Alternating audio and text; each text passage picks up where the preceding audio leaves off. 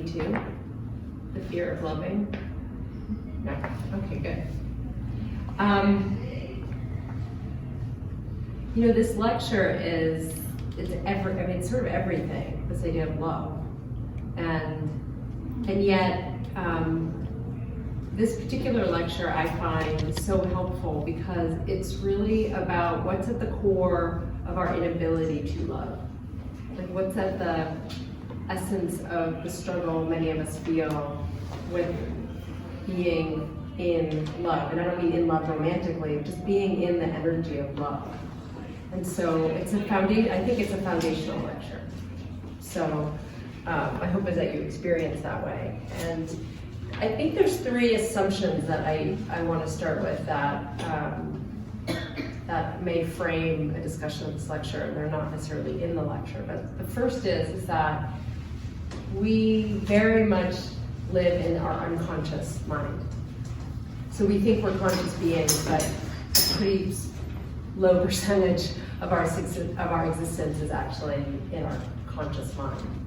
And so we may say, I'm a very loving person, I want to love, I want to be in love, but underneath the surface, there are other ideas or other thoughts or beliefs that may actually be contrary to that conscious idea of I want love. I want to be in love, I want to give love, I want to receive love.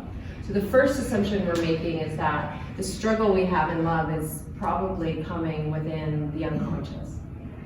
Stems from places in us that we're not fully aware of, and that if we can become conscious, the struggle may be less. That's the first. The second is that, and this is actually the essence of the lecture, is the real ability to love comes from our ability to be an adult. And I don't mean adult by age. I mean adult by an individuated self who understands that there is self and there is other. And that other is not a servant to us, but that it is another human being with their own agency and direction and self-expression. And that love, without seeing the other person as a separate being, is a struggle. And if you start to think of your own relationships where you project or demand something from the other, where you don't even see the other as a separate being, but as simply an extension of you, and you struggle in that, this lecture might resonate with you. So that's the second assumption, is that essentially that love, it can only happen to some extent with healthy, individuated adults. The third assumption is that to the extent that we fear ourselves, we will fear love. So if we think of love as really like a current of energy, right? And we're in the world in this kind of energy, our capacity for love is going to be diminished. Because our energy shows up in the world here because it's safer to show up in a contained way, and love is a flow. So to the extent that we are blocked, to the extent that our flow is blocked, that's our inability or the challenges we may face to be in love. So those are the 3 assumptions I'm making. Does that resonate with everyone? Does that make sense? Anyone feel already not? Okay. So what the guide says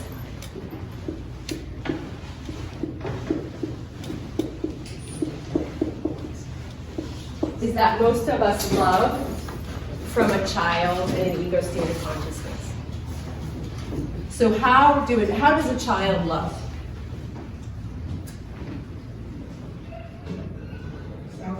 Selfishly? Okay.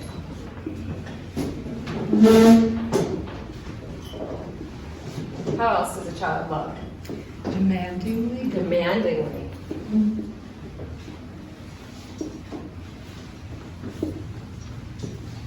Do children wait?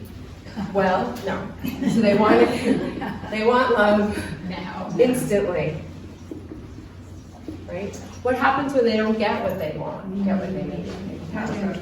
They pout. They tantrum. So they there's no mercy for the other. Yes. Right? Right. So they're unforgiving.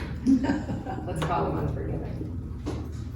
How about Do you think children, when they want something, are they flexible about when and if and where they get it? No. And have you ever seen a child when they want something and it's like you might offer them like a blue crayon and they want a red crayon and all they can fixate on is the red crayon? Yeah. So there's an inflexibility in a child's love, right? It's like I want this and I only want this, right?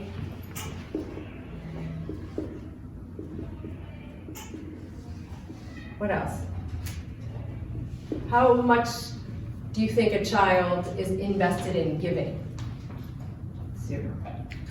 Probably. Very little. Very little. It's just not in their consciousness. Yeah, it's not in their consciousness. And again, these are not criticisms of a child. A child should love this way, right? This is sort of what a child sort of gets to. Their narcissism is to be expected, is allowable, right? But they want to receive. You know, relationship for a child to some extent is one-sided because they're slightly unable to really give much, right? They can't go do much for their caregiver, right? So they need the caregiver to give them what they need, even if that's in the form of love, right? So a child's thinking, do you think they have the capacity to understand complexity? Or do they tend to be all or nothing, this or that, all or nothing, black or white, right? Okay, yeah, it depends on the age, right?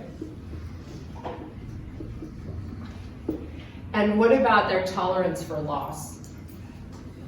You think they have a high tolerance for loss or no? No. You guys know all the answers. Very little tolerance for loss.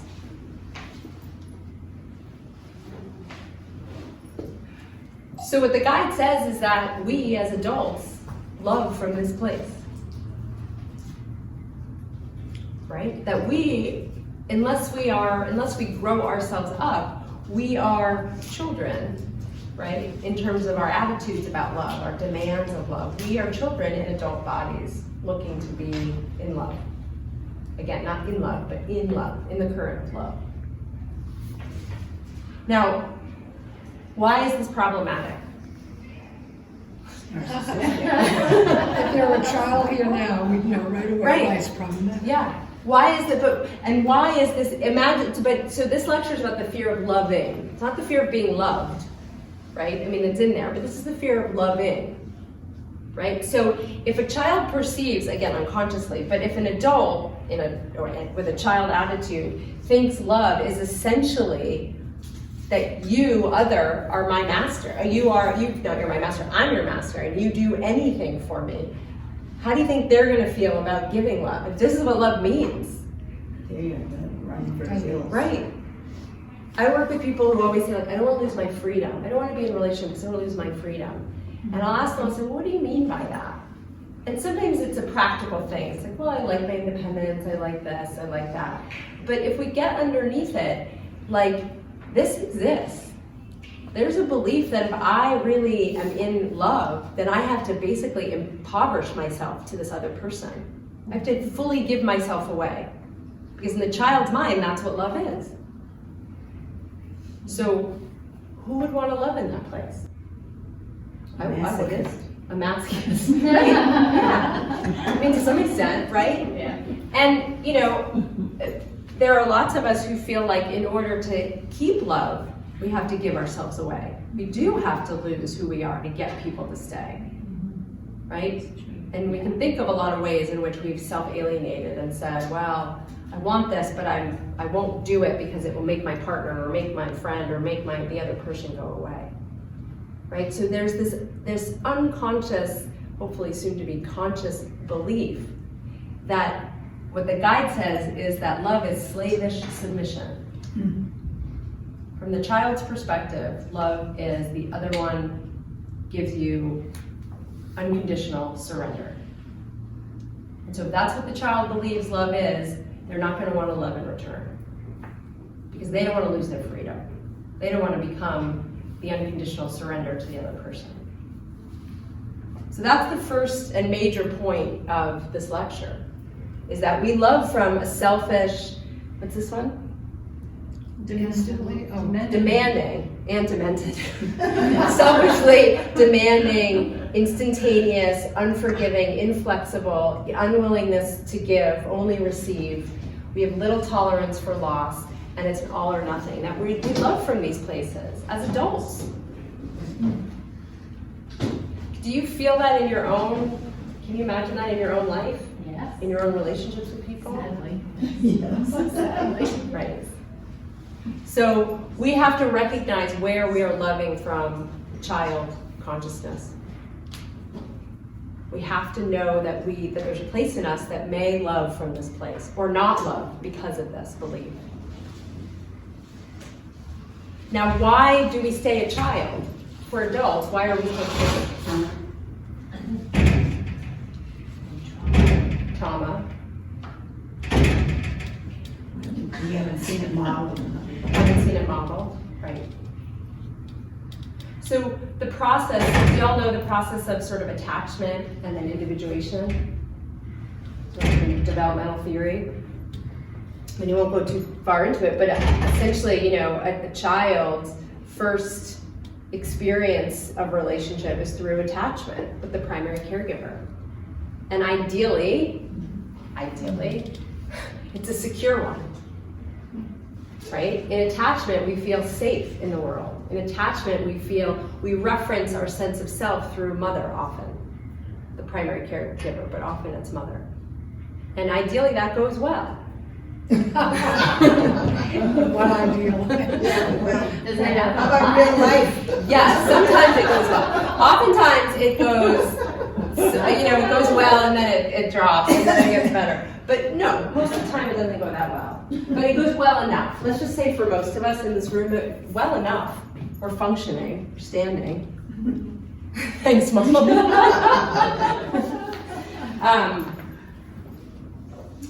So let's say we have some level of healthy attachment where we feel safe enough in the world, we understand contact, our sense of self is, I'm okay. We get that, enough of that, right? What happens is the child then goes through a process of individuating. And that's when the child says, I'm separate from mom. I'm a separate self. So the kid who goes and runs and gets toys all of a sudden and brings them back to mom. Right? That act is like, I'm in the world now alone, I'm gonna get all these things, I just wanna make sure mom's still here, so I'm gonna keep bringing her the toys. I have myself, but I wanna make sure contact is still there. So a parent needs to be just as attuned to the child here as they are here. Because the parent needs to let the child go. That's place. And for parents, that can be terrifying. So sometimes a child starts to individuate and mom's like, no. Don't do that. So the child starts to get scared of being their own person, that somehow that's bad. Or don't do that, you're gonna get hurt. So separating may now seem dangerous, right? Or maybe mom gets mad when the child starts to separate. Oh, you're leaving mommy now. Where are you? You're growing up too fast. So the kid starts to, again, this is at a very young age, but they sense that there's some problem with separation. Right? So they never fully, or attachment sucked. And they didn't get what they needed. They never fully kind of became a separate being. They didn't feel safe enough in the world, or they didn't feel nurtured enough, or they didn't feel like they were ready to become a separate entity. So they may have done what they needed to do. They went to school, they had friends. I mean, they looked the part. Right? But there's still that young kid who's attached to getting mom's love or getting dad's love, or sort of the dependency on the caregiver remains, even though they may look like a fully functioning separate being. Can you relate to this in yourself at all? The place that looks like an adult, but still feels very dependent on someone else or some object to give you love or to make you feel good or to validate you or to, right? There's still that connection in a way that we don't see ourselves as separate. So if we haven't fully individuated in a healthy way, and by the way, people can individuate in a way that creates total isolation. So someone individuates to the extreme and they don't have any contact with anyone. They don't have any relationship. That's not individuating either. True individuation is like this idea of relational autonomy. Meaning it's like I'm a separate being and I'm in connection with you. Right? I can have myself. I'm not enmeshed. I'm not completely merging with you, but I'm also not totally isolated and separate. I'm my own being and I'm in connection with you. And if you go in that direction and I don't want you to, I might have feelings about it, but I don't cut the cord as a result of that. I don't punish you if you do something that's not in line with what I want. From the child place, if you do something that I don't want, you're out. Right? There's no real ability in a non-individuated place to really let the other person be their own person. They are simply there to serve you. Just got very quiet. We're all thinking. Yeah. I was imagining a flock of birds. That's what it feels like. You're separate, but they can fly together. Yeah. Yeah. So the work that we have to do as adults is to really look at ourselves and say, where have I stayed a child? Where do I remain dependent on someone else to make me the center of their universe? Where do I demand, instant, selfish, unforgiving love in the way that I want it?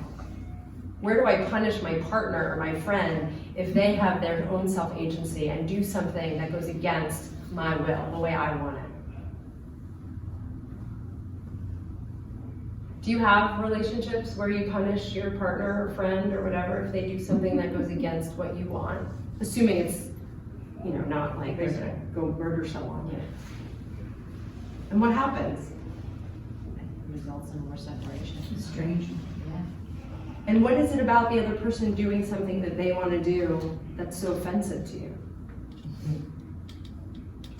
Fear. Fear of what? They don't love me. So love, that's great. So love means what to you? What's the definition of love? If that's true, if someone doing something that they want to do that's not what you want to do, if that means they don't love you, what does that say about what love means to you? How do you define it? I'm not allowing the other person to be themselves. I want them for me. Yeah. Great. So it feels like what you're describing is that you love in this place from that child place. The child says, you're here for me. If you love me, then you'll do anything for me. If you love me, you'll make me the center of your world. If you love me, you'll deny your own self-expression, your own needs, your own desires for me. Because you rejected me by doing that. Right. And that must have come from, that idea of love comes from a trauma, a wound where we learned, love is someone doing everything for us. Love is not, rejection is not love. Submission is love. Right. Yeah. It's a strong word. But Yeah. Do you feel any possibility of something else? Or do you feel very like that's where I am at this point, that love is? No, I know that that's not what love is, but sometimes I may feel like. You feel that? Yes, Yeah. yes. Yeah. They don't love me anymore, they don't like me anymore, I did something wrong, blah, blah, blah, blah, blah, blah. Yeah. Yeah. Yeah. Thanks. Anyone else?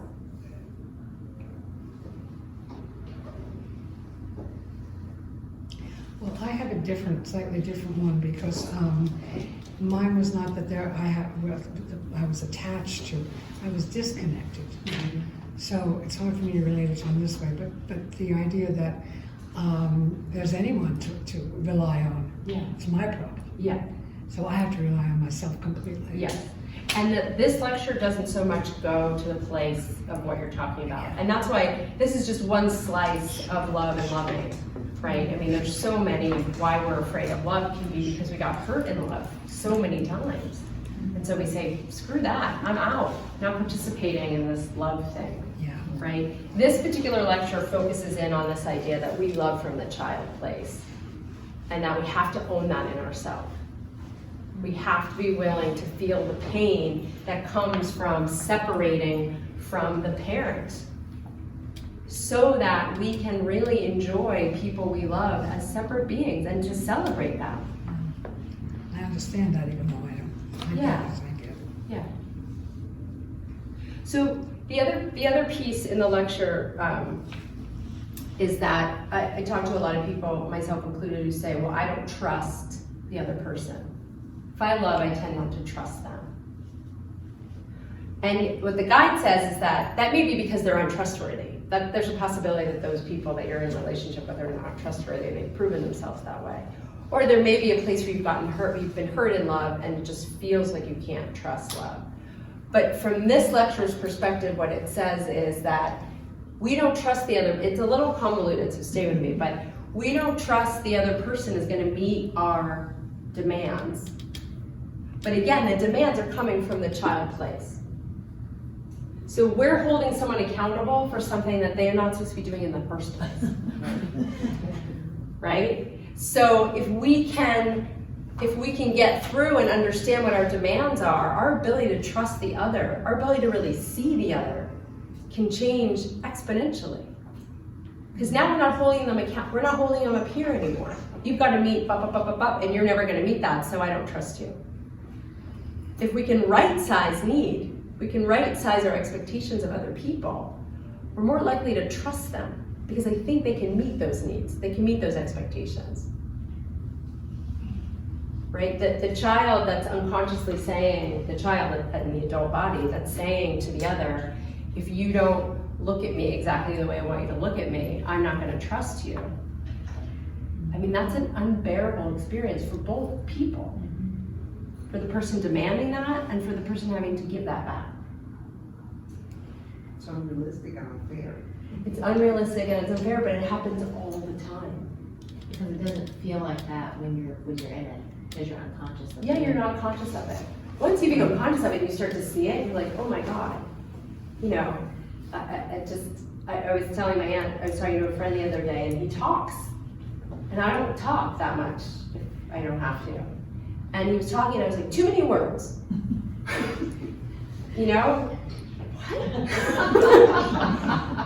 And I was like, how dare you take up space that I'm in with so many words? Like, I don't want to use that. I mean, it was funny after a while, but I had enough awareness to be like, I'm insane. Like, who am I to tell this other person who's just talking not to talk? Because in my kid place, it's like, that's so many words. There's so many words. Like, if you're going to be in my space, you better use less. I mean, it was a great example. It was a petty and great and horrifying example of like the kid in me who couldn't let this other person be who they are because it was disruptive to what I wanted. So the examples are every day. They're like these subtle little moments where you're just like, oh, there's the kid demanding from the other, not seeing the other as a separate being. And the thing to remember is that there's a reason why we don't want to see the other as separate.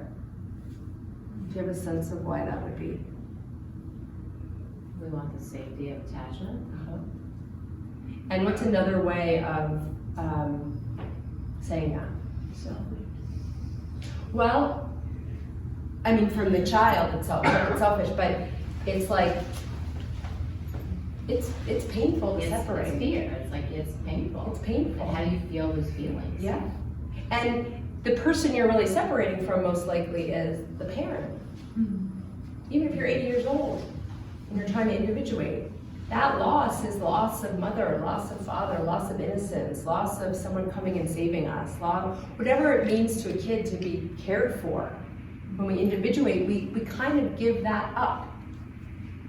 We give it up for something better, because as adults now we get to have free and exciting and flowing and sort of, there's so much potential in a healthy individuated state. But we have to go through the process of feeling the pain of separation. Mostly of mother or father, or the non-mother or father. You know, the mother we didn't have, the father we didn't have. So this isn't just, we're lazy. It's painful. When you see a child separating from their parent, it's painful. It's scary. You know, the child feels the excitement of the new world. Again, it brings the toys back to mom because she wants to, he or she, or they want to make sure that mom's going to still be there. It's painful. It's scary. It's My scary. 12-year-old, it's like every night. Yeah. I'm 45, I'm still scared to separate from my parents. I'm you know, it's like, I feel the freedom of being an adult, and I just feel the part that wants to crawl back in and just, you know, Take care of me. yeah, take care of me. You know, so this process of individuating is, I wish we spent more time doing this than getting fit and fancy and all the things we do in life. I just think that this, It's to avoid the icky feeling. I mean, you have to live. No one wants to feel the icky feelings that all these things Yeah. happen. We aren't taught how to process Yes. the They icky don't feel feelings. safe. yeah, they don't feel safe. And yet, what that does is it keeps us imprisoned because it keeps us small and dependent, right? And we're not meant to stay small and dependent. We're meant to be in this world and give what we have to give, love, right? And the child doesn't really know how to love. I mean, it knows how to love, of course, but it's a narcissistic, demanding, self-absorbed place. That that adult is not going to give the way they have the capacity to give in that place. So to do the work, to separate, to become the adult, to see the other as a separate being with their own needs and desires and desire for self-expression, that is a requirement for loving and being loved. And we can't skip over it. That's what the whole lecture is about, is that so long as we love from the child or ego state, we will not be able to truly love. Yeah. And that's what the lecture says, like, that immature love, so let's call it immature love, child love. Immature love doesn't accept reality. And reality is loss, pain, disappointment, uncertainty, you know, not always getting our way. That's reality. And in immature love, we don't accept any of those things. That we named it here. Mature love, the lecture says mature love is the ability to accept reality. You know, the ability to say,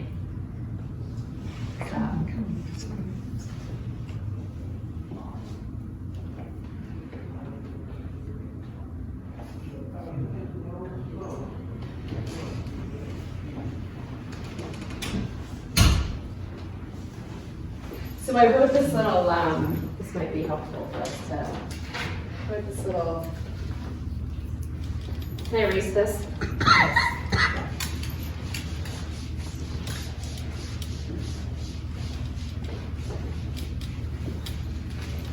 I draw because it helps me understand things. So I thought maybe it would help you as well. So I just kind of drew what all the requirements are for us to love, and I'm just going to put some of them down. So spontaneity and the allowance for impulse. So how many of you feel like you allow kind of involuntary impulse and spontaneity in your life? That's very clear. Just no. Okay. Okay. And when to those people who do allow a certain level of spontaneity and like to follow your impulse and to like, do you find that experience freeing?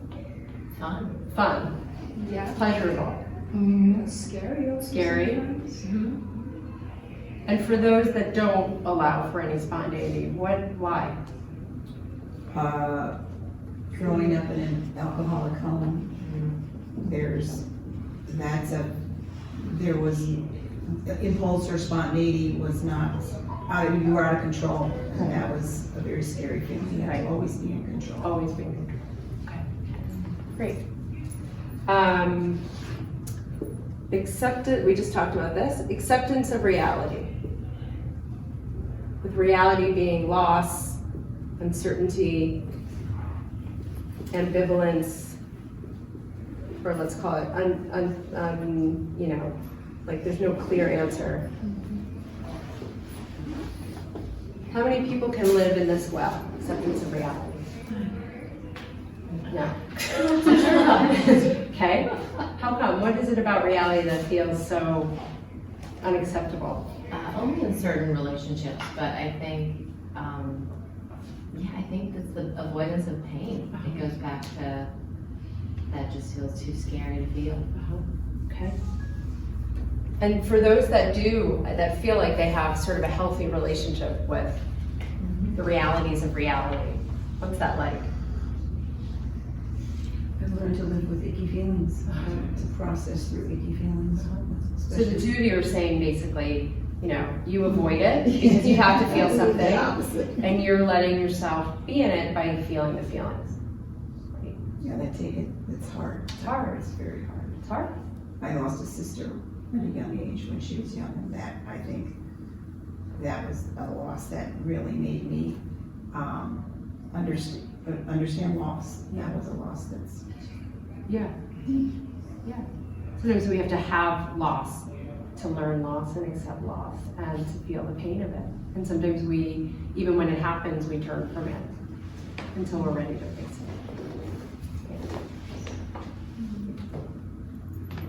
it. Okay. Self-responsibility. How's everyone with self-responsibility? Do you have any further instructions? Well, self-responsibility is what is you know,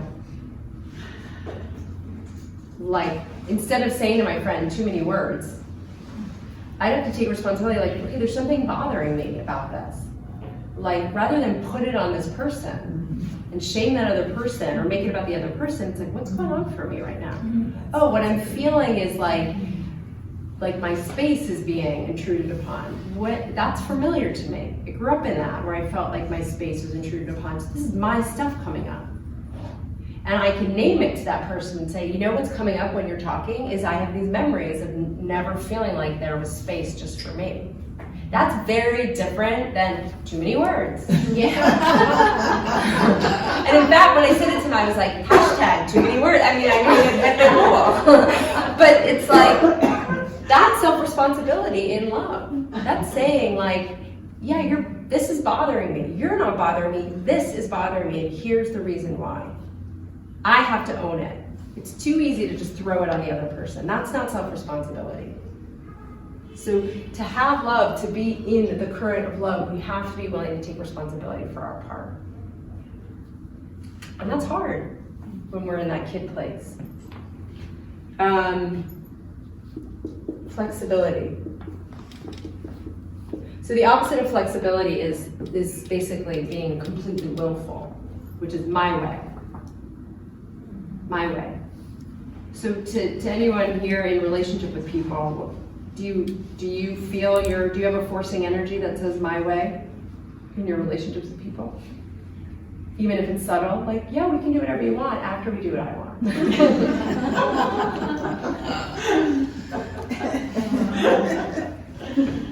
Like compromise, and not self-sacrifice, but compromise, a willingness to say it doesn't always have to be my way. Like the willingness to tolerate flexibility, to tolerate kind of something else. Like that's not an easy skill for a child. So when we grow ourselves up, part of what we're being asked to do is to be flexible about life, about people. Not everyone is going to do what we want them to do all the time. Maybe 99% of the time you're in a relationship with me. But, right? But to tolerate that, it's not actually as easy as in the abstract it's easy, but in the moment when you want something and you want that other person to do it for you and they don't do it, you can get into a lot of trouble in a relationship, because it's in that moment you have two choices. You either accept that and say, I'm willing to do that, I don't like it, but I'm willing, or you punch the other person. Right? Or you maybe fully submit and you don't like that either. I mean, to be conscious of these things is important, because it will show up in your relationships with people. All right, what's another one? we talked about self and other. So to the extent a child sees other, it's a versus. One or the other. It's one or the other, it's you or me. That's it. The adults may see self and other, but it's and other. The individuated adult, self and other. I am here and you are here. Do people relate to the verses? It's either you or me. Do you see the energetic kind of opening when you think of you and me versus you versus me? But again, in order to tolerate the and, because most likely if there's an and, it means the other may not want the same things you want, including liking you. Like the lecture says, can you tolerate someone who doesn't feel about you the way that you feel about them and still love them? I work with people when, if someone doesn't like them the same way, they're like, that jerk, it's like, okay, well then, hold on. Maybe they're a jerk, but what you're saying is they don't feel about you the way you want them to, and therefore they're bad. That's not love. It doesn't mean that you have to, but that's not love. That's that child thing that says, you're supposed to give me something, and if you don't give it to me, then I'm gonna cut you out, shut you out, I'm not gonna even see you, I'm gonna annihilate you. And all that person did was have a different preference than you wanted them to have. Yeah. And in that place, I'm taken back to the acceptance of reality. And so does the guy talk about that the acceptance of that somehow alleviates some of the pain of the feelings that brings out, or there's still the same acute feelings, but we're in our adult selves? I think that the pain is the same. What we're no longer doing is suffering in the repression of it. Like, it's bad enough that we feel the pain, and then we add the layer of rejection of those feelings and the energy it takes to keep those feelings away. And so when we accept reality is still painful, but now we don't have all that energy of trying to push it off. That takes up a lot of energy. So acceptance of reality is just accepting what is, and then what is may be pleasurable or painful or everything in between, right? But at least now our energy is going towards truth rather than going towards staving off a truth that we think is too painful for us to feel. We spend so much of our energy, as we talked about in other lectures, staving off things we don't want to feel. So we, now we have to contend with the pain and all the stuff we've done to avoid that pain. So I don't think it makes the pain easier, it just lets us go through it faster, I don't know, it gives us access to it. When you constrict the energy, I think that's where depression sets in. Yeah. That's where the mental illness That's starts, right. or the mental illness begins to. That's right. Yeah, I read in a meditation book that suffering equals pain times resistance. So once we can get rid of the resistance, Yeah, just get rid of the resistance, then that's all we got to do. pain times 0 is Yeah. 0. Yeah. I think I mentioned I'm writing an article about my experience of my dad's death, and that his death was like the first kind of experience I had where like there was absolutely no way to avoid the pain. I mean, from my experience, there was nothing I could do to bring him back. So like all I was left with was the pain, and it was it was so much more profound than all the suffering. All the suffering of denying the feeling or pushing it away or saying I don't feel that way, all that, it just felt so real and it felt so alive.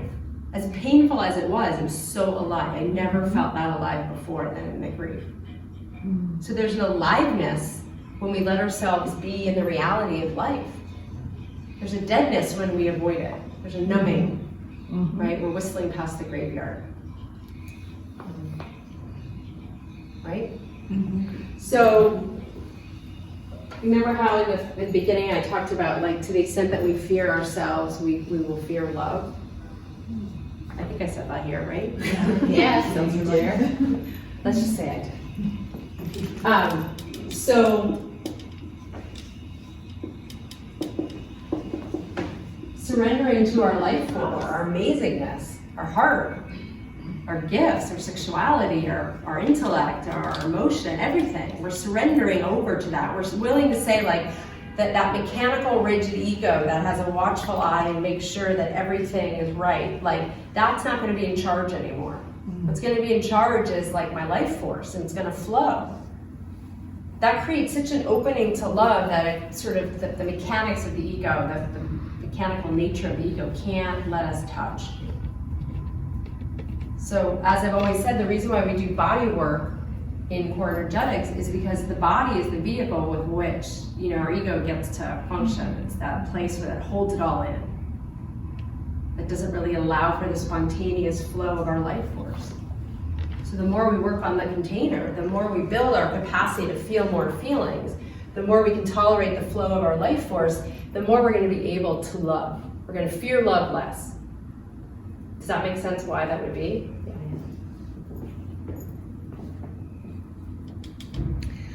But that also brings up the uncertainty that you have to live with and the ambivalence, which is really difficult for me anyway.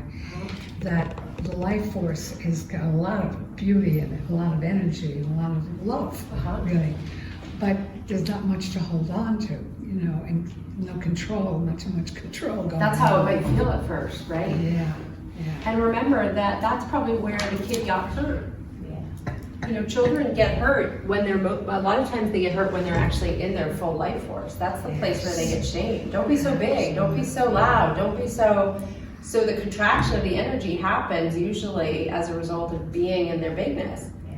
So the fear that comes with unguardedness, the fear that comes from surrendering to that, as an adult, you may be like, yeah, sure. But the memory, the trauma of being shamed, being told, don't be big, don't be loud, don't be anything, too many words, right? It's like that, we have to work through that, the pain of that. And then trust that this is better than this. We have to build the muscle of faith and trust. That surrendering to the life force is actually a good idea. And we can handle it. That's And that another we can thing. handle it. We're growing up now. Yes. So that we're not that little one who couldn't do much at all, Yes. 2-year-old, 3-year-old. And you can titrate it. You don't have to come, running through the door. You slowly but surely, in a safe space, start to feel more of your energy, or more of your impulses, more of your spontaneity, more of your life force. And see that not only do you survive it, but you might actually really like it. But your body and your nervous system and your defenses are going to be like, what is this? No. Remember this? This got us into trouble. This is going to kill you. You're going to die here. And so you have to be with that part of you that can say, no, you're not. It's okay. We got That's killed here gone. once. I'm here now. Yeah, exactly. This is the present, Right. not the past. Right. This is where that kid in you needs to be taken care of by the adult in you that says, yeah, that sucked, and I'm here now. But this is work, right? This does not happen by, drawing this picture and telling you, right? We have to do the work to feel the pain, to be willing to separate, to tolerate loss, to tolerate the energy of our life force, to be in uncertainty, to be willing to let someone feel what they feel, regardless of whether that serves us or not. And that's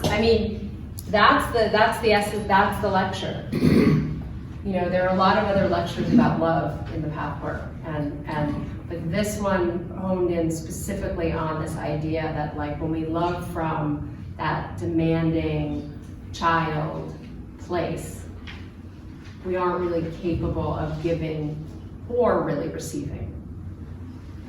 We take a lot, but we may not actually receive. So And the taking, you lose. When you're demanding more from a person than they're willing to give or think is healthy, for whatever reason. So you wind up setting yourself up for loss in a relationship, Yes. So that's part of it. Yeah. To give and to receive is not, I think we are a culture that doesn't give well and we don't receive well. We look like we give a lot, but a lot of times we give to get, or we give because we're told that's what makes us good. And then we resent because we're giving from a place that doesn't feel loving. And then we feel depleted because nobody gives to us. And then for us, nobody gives. I don't get anything. I'm always giving. Right? And both of those are distortions. There's so much love that we can receive if we're willing, and there's so much love to give if we're willing to do all of this. This is the place where we can love the best. Right? Where we're flexible and we're taking responsibility for ourselves and we accept reality and we allow spontaneity and impulse and we can see self and other as separate beings. When we live in a world like that, we can love tremendously. We can give from a real place. And that's the invitation of this lecture, is to do this work.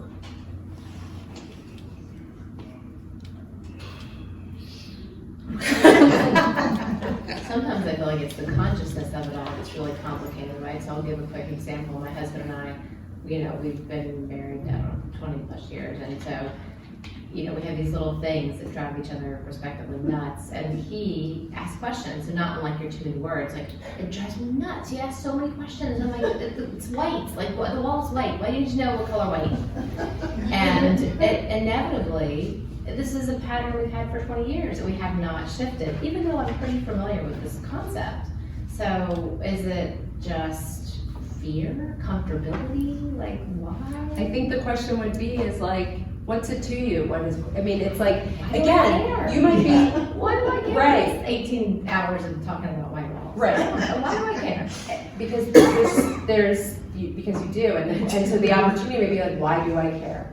And follow that, right? And to take responsibility for the place where you get annoyed with him about it and say, every time you ask this question or every time you keep asking these questions, like something happens in me. And then follow that thread. If we're triggered by something, I just got certified in couples work, and the trainers talk about it. There's this 80-20 rule in relationship. 80% of the issues that come in, that a couple comes in with, are historical. Yeah. My stuff, and 20% is actually happening in the relationship in present day, right? So the 80% is your baggage? 80% is your baggage. That's 80% your baggage. So the hashtag too many words is most likely 80%. It's my stuff. It may also be just annoying, and it could be something the other person could work on, why there's so many words, but that's okay. Yeah. But it's my stuff. That's why we're here. The obstacles put there so you can learn to Yes. reflect. Right, so the self-responsibility comes from the place where you stop being reflexive and just attack the other, and take a pause and step and say, what is going on for me here? I've been doing this for 20 years with this person. Why am I doing this? What is it about? And you may find that at the end that there's a piece of you that's like, you don't get to be you. You have to be the person I want you to be. And that's the place where you may still be in that child place that says, you're here for me. Yes. Or self-trust or something. Yeah, something. Yeah. Yeah. The thing about too many words is it's a great little hashtag. I know. It is a great hashtag. But it's that criticism, it's got that yelling or that I don't like what you're doing. While that's coming from that place of I'm not happy with what you're doing. But while in that same instance, you could be coming from I really care about this guy. And let me from a different place, you may come, all kinds of different things could happen, but one of them might be, can I ask you something? There's a lot of words going on here, and I'm just wondering what's happening with you. Absolutely, right? To check in with again, because it may be my stuff, but it also might be something going on. Is there anxiety there? You have to fill up the space, So instead of shutting it off by saying you're wrong, get out. Exactly. You're saying, well, what's happening here? Let's see if we can see what's happening. Right. But that's what distinguishes the child from the adult. A child won't have that conversation with you necessarily. Right. Right. Of course, yeah. It's the adult in us. Again, it's more just a level of maturity in us can look and say, there's enough of an objective observer that can look and say, what is going on here? Yeah. Otherwise, you just stay in it and just start their own conscience. And you're coming from a more loving place, talking about love, Yeah. when you do, because you really want the Absolutely, right. relationship to continue. Yes. You just don't want this particular interaction Right. that's been going on. That's So right. you're yourself coming from a different place. That's right. That's right. You're loving that person, Yeah, exactly. right? And you're not annihilating you, and you're not annihilating the other person. You're staying in connection. That's what relational autonomy means. Is like, I'm here, I'm a separate being, you're a separate being, and we're in connection. Stay in connection. And I'm gonna That's a stay in very connection. good- Yeah, it's a good term. Maybe you need the words to stay in connection. And to stay. Maybe he needs you the need word. all the words to stay in connection. Right. I love it. This is therapy session. Well, I also think that all these things take a lot of practice. Yes. And I tend to go to automatic pilot and have a reaction. And then because I have done certain kinds of work, I can step away and say, okay, now what was my part? I put it all on you, and I have to now look at myself. So then I might be able to go back and say, I'm sorry. Or can we talk about that again? I'm sorry about how I reacted. But the taking, the self-responsibility where you actually examine yourself and say, what was my part? I think that takes a lot of practice. It does. And it takes, it's not as much fun at first, because there's charge, there's negative pleasure in attacking someone else, right? There's negative pleasure in blaming you. Like, if you just stop talking, it's like, and it's also easy. If you just stop doing this, then I'll feel better. I don't have to do anything. Just get you to stop doing it, right? Self-responsibility is a little harder because it requires you to do the work, to understand yourself. And that's not easy. But it's liberating, because what you're doing is you're growing yourself up. You're making yourself more capable of love. And that's part of our task here, is to be capable of love and loving. So self-responsibility is a deeply spiritual task. Yes, it might help our day to day, but it's like, what about, we're here to evolve. And taking responsibility for ourselves helps us do that. Back to too many words. Hashtag too many words. This is your new lecture. What if there were just way too many words? And, and then you just know the other person is in their own world with their words. And you're like, are you talking to me? Who are you even talking to right now? Yeah. And it just, you don't feel it in connection. And then you retreat further. And I don't know how you bridge that. I think what you're saying is the same thing you were saying, is in that moment it would be to just to observe, and then maybe to say something. When you talk like this, I don't even feel like you see me. And is that what's happening? Are you, it's to get curious and to be inquisitive and to communicate and engage, rather than, and if you need to separate because it's the safest thing to do, I think that's okay too. Nothing I'm saying here, I hope, is being received at all, is you should stay in the face of everything. I'm not saying that at all, but rather than blame or just separate yourself, stay and come in more, and either take something on for yourself or check in with the other and say, what's happening here? That's the way to create more connection.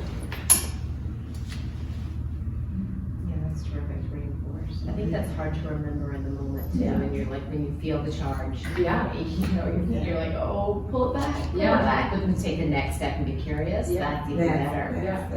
That's evolution. Yeah, and the more conscious you are of these themes, I think, the more in that moment you'll have that pause that says, okay, the instinct or the impulse might be to sort of just blame and feel the pleasure of that and just make this go away. But I know something better now than I did before, and I can do something differently. It does take a little finesse to find, in a particular situation I'm thinking of, maybe it's applicable to others. It takes that, you stopping and letting this stuff happen. It takes a finesse to come up with the right words sometimes. And sometimes that person's finesse, not that psychologically astute. correct. And you have. But sometimes the finesse is something the other person may not ever even see. Sometimes the finesse is just taking a breath and not saying anything, and just noticing and watching. So in that example with the words, like I could have taken a breath and said something, I don't like this, and it's familiar.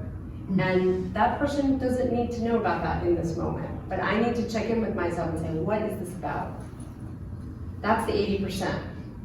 You Because know? when you're so threatened by it, what's the parental unit is who I'm thinking of. Yeah. You're so threatened by it that you can't even take pause. You're just so, it's too Yeah. close. Cause Yeah, it's tricky. It's very tricky when you're dealing directly with the parent. Yeah. I mean, because that's the belly of the beast. That's the mothership, literally. Right? The Death Star. Oh, you got many articles you just come up with. Yeah. Hashtags no more words. It's gonna be my next book.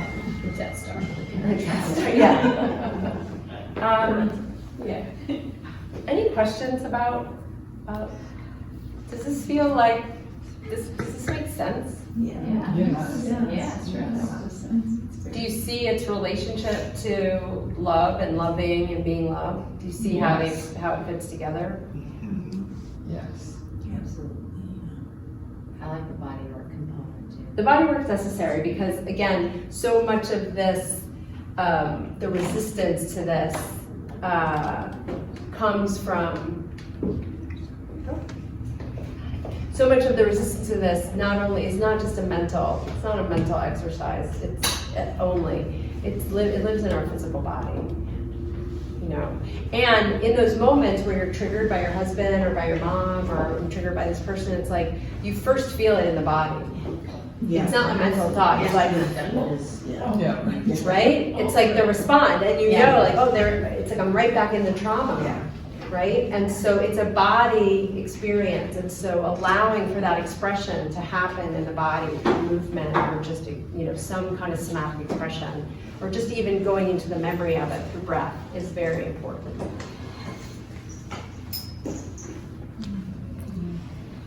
I'm finding in my meditation, I get what I call chatty Cathy, and I know I'm avoiding something at that point. And then when I recognize that, I can often get to the feeling once I name it. Yeah. But chatty Cathy is really fascinating. Yeah. So Chatty Cathy may need to hear no more words. Chatty Cathy needs to hashtag. Right, that's Yeah. true. Yeah, no, it's, and Martin, I think to your point, it's like earlier, it's we don't want to feel pain. We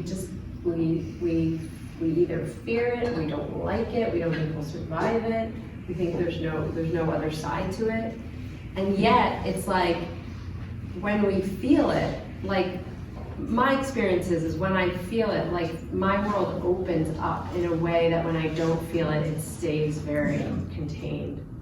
People always say I look great when I'm dealing with my grief and sorrow.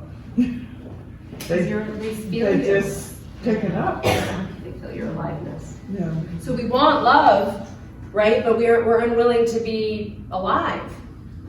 Like fully alive, and it's like, well, then what kind of love are we actually looking for, right? So because if we in ourselves don't want to feel fully alive, which is love, then why do we want it so badly? And to me, it tells me that because we're still in that kid place that just wants someone else to do it for us, right? And I think our relationship to love changes as we become more online in ourselves, more alive in ourselves. Love changes.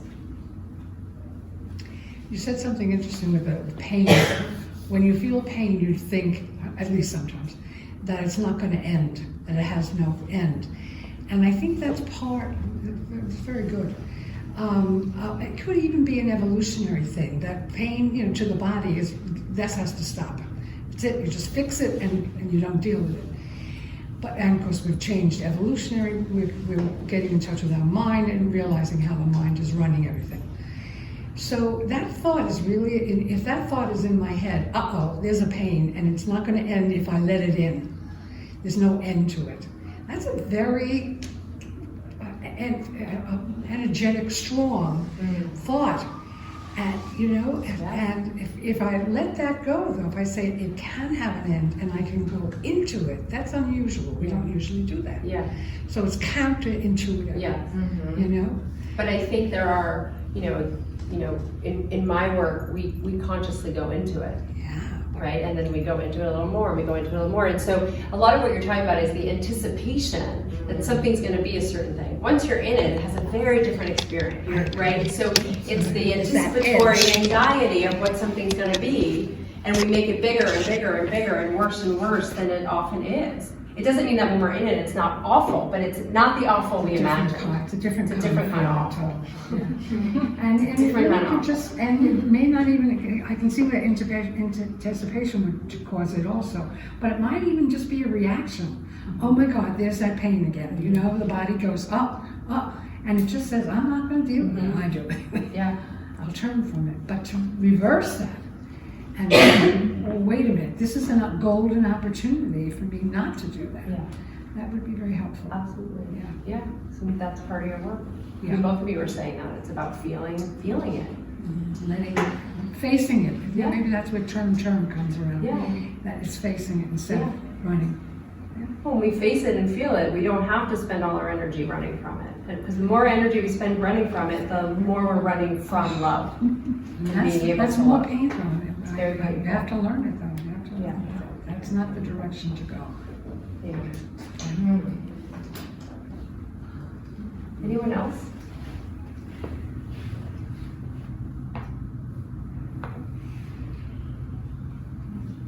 You all grown up? What do we do now? Steps coming. Extra lines. We have Extra lines. What did I put here? I put, well, I think it's versions of these. So the idea of mutual exchange, which is this idea of self and other, right? It's like, it's giving and receiving, it's allowing and separating, coming back in. It's relationship relationship shouldn't be transactional. I mean, it can be, if it's meant to be, but ideally it's an exchange. It's you and me exchanging feelings, exchanging ideas, it's exchanging, gifts, right? It's giving, it's receiving, it's being there, it's just loving, right? There's a mutual exchange, and that's, we want to aim for that. Without a scorecard. Without a scorecard, right? Without keeping score. Without keeping score. That's what's this- transactional. Yeah, well, and the scorecard is also, again, it's in that young place. Yeah. Of like, you're supposed to meet all the numbers, right? You're supposed to score a 10 across the board, You right? get 10 and I get 10. Right. Yeah. Right. You're up to something else there, it's not love. Yeah, it goes back to that flexibility where you're like, I'll surrender this, but I'm gonna hold that on your card, Yeah. and never remember this, Yeah. and like, Yeah. That's another thing that's on here, thank you for reminding me, is forgiveness. Because what the guide says, not in this lecture, but in another lecture, what the guide says is that, to forgive, to hold a grudge, there's power in it, and there's still pleasure in it. There's like, you hurt me holding the grudge is the way I'm hurting you, so I get to maintain some power. And so to forgive doesn't mean you let the other person sort of not be held accountable for something, but to forgive says like, I choose to make space for kind of love rather than the power I get from holding the grudge. I release myself from that, right? From that pseudo power. And so the ability to forgive is in line with our ability to love. To hold a grudge is like, again, it's not that you can't hold someone accountable and say, I can't be in a relationship with that person because that doesn't feel safe. That's appropriate. But to hold a grudge and all that comes with the grudge, right? Whether it's gossip or sort of passive aggressive behavior or just anger that you're holding on to, that keeps you from love. It's a lot of energy to hold a grudge, and it keeps us from being able to love. And forgiveness is not easy. So all of these things in here are like, you could spend a lifetime in each of these. So keep coming back, right? I mean, these are not easy things to do. And this is what actual love is. never seen this on a Valentine's Day card. This should be a Valentine's Day card, right? But you don't see, love gets simplified in some ways. And in some ways it is simple, it's a feeling, right? But it's like to really be loving and to really be loved, these are the things that we have to do. And that process of growing up is painful. Not a happy note.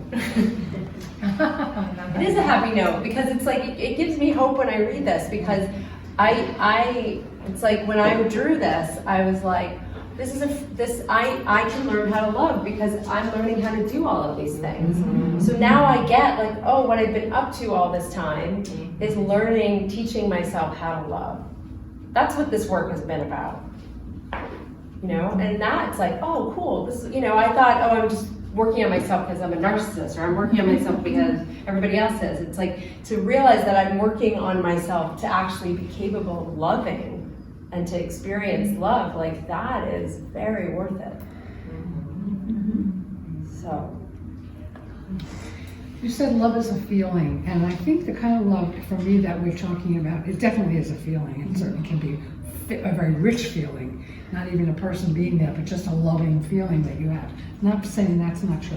But also, even when I'm thinking of a time when there's someone I know who doesn't like me, and I'm in a meeting with them once a week. Wonderful lessons that we get from life. And it's okay. I'm working with it, or it's just happening quite naturally. But I notice little times when she's just unhappy with me. I'm just whatever.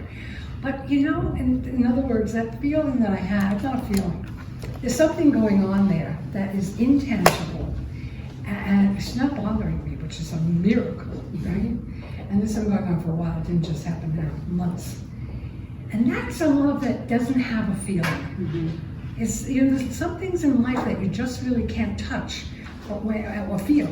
But when you know they're there, they're there. Mm-hmm. So I just wanted, because you said that, and I agree, of course, that love is a feeling. But the kind we're talking about can also be not as visible as we. Yeah. As we. That's right. Think. That's right. Yeah. That's right. Thank you.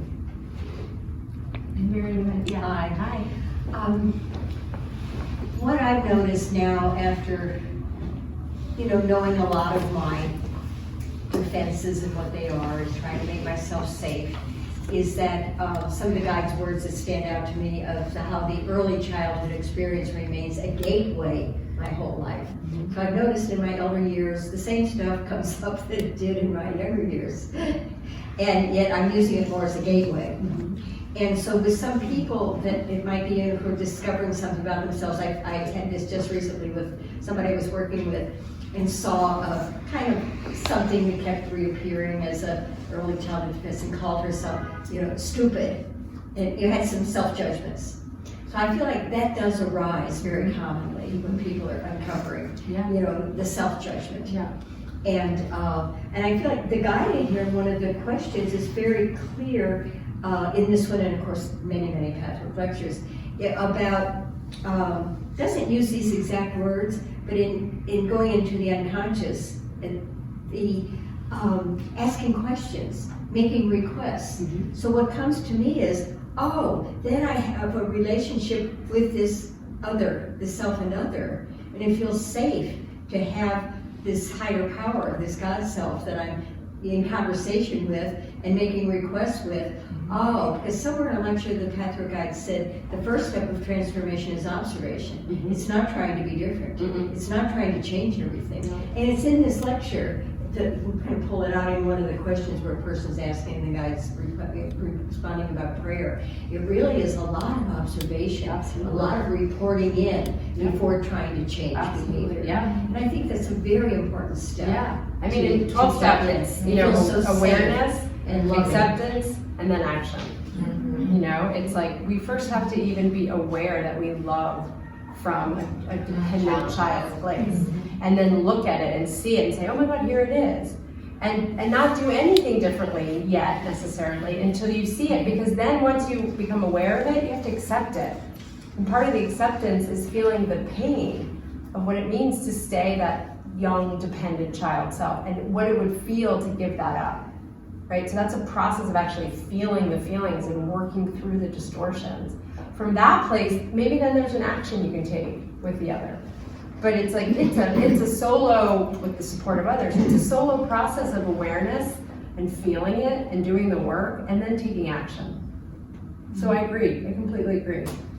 And being inquisitive is, I think, the best way to be in a relationship. Like, just ask a question rather than make a declarative statement for the hashtag.